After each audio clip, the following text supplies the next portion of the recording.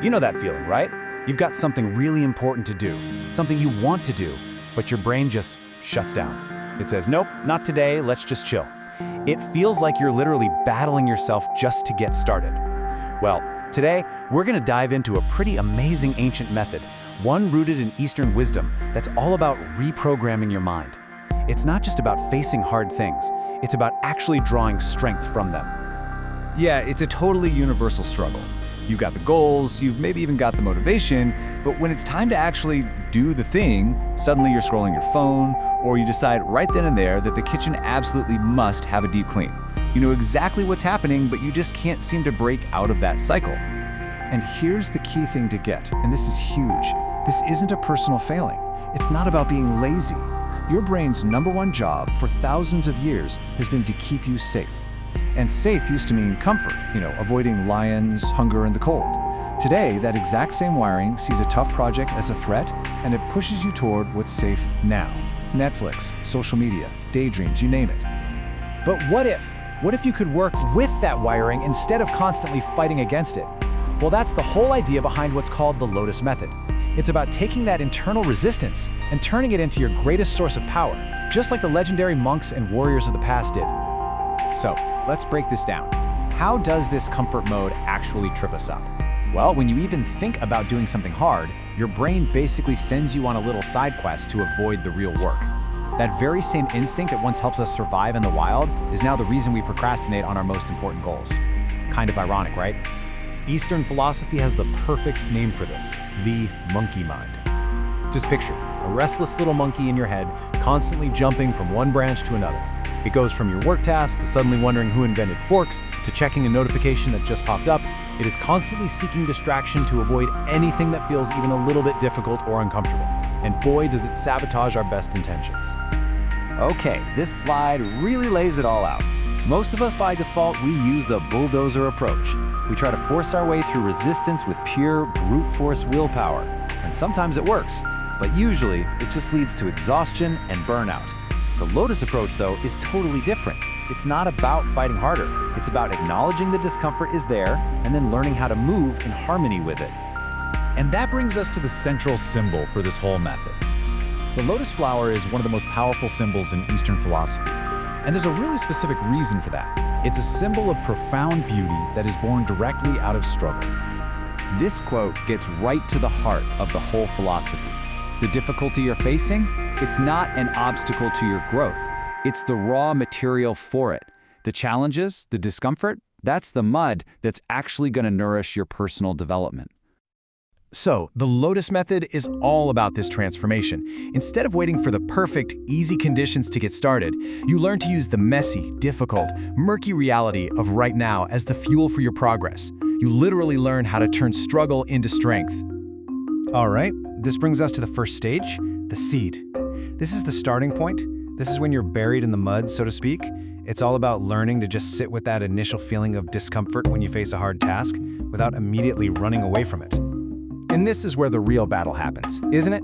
It's not with the task itself, but with your own mind. It's those unguarded thoughts, the excuses, and the stories that your monkey mind cooks up. That's what's really holding you back. So mastering them is the very first step. You know, the samurai had a word for this. It's called Nitai, or enduring patience. Think about a student who's facing a massive, really difficult exam. Nitai isn't about ignoring the fear. It's about accepting that feeling of being overwhelmed as the natural starting point, and then moving forward anyway. Modern science actually calls this psychological flexibility, and this is the seed of all growth. So here's how you actually practice it. 3 steps. First, spot the excuse. When your brain says, I'm too tired, just call it out. Ah, there's the monkey mind again. Second, acknowledge the feeling. Don't argue with it, just accept it. Okay, I feel resistance, and that's fine. And third, and this is the magic part, take one tiny step. I mean, a ridiculously small step. Don't think about writing a chapter. Just open the document. That's it. Okay, so once you've learned to just sit with that initial discomfort, how do you actually start moving forward with purpose? Well, this is where the lotus begins its rise from the mud. This whole stage is about finding that state of effortless action. You know, what we call flow. This is built on the Taoist concept of Wu Wei.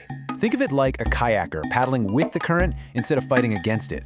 I mean, you still have to steer, you still have to put in effort, but the river itself does most of the heavy lifting.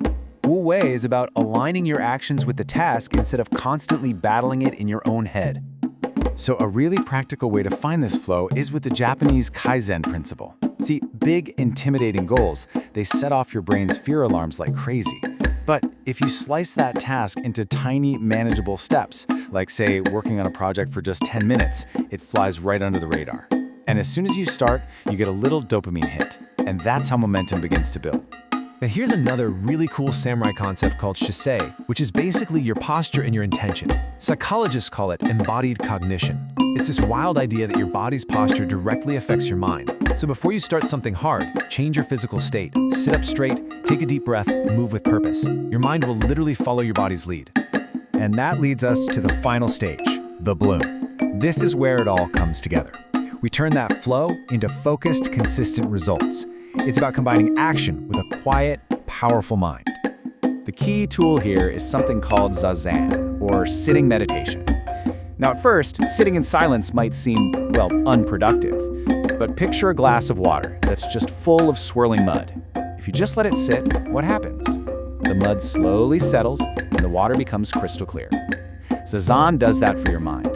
That stillness isn't passive. It's actually how you sharpen the blade of your focus.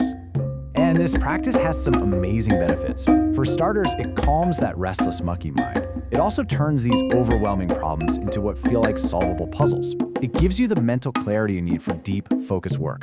And it creates this incredible harmony between your mind and body, kind of like a Shaolin monk who combines deep meditation with unbelievable physical skill.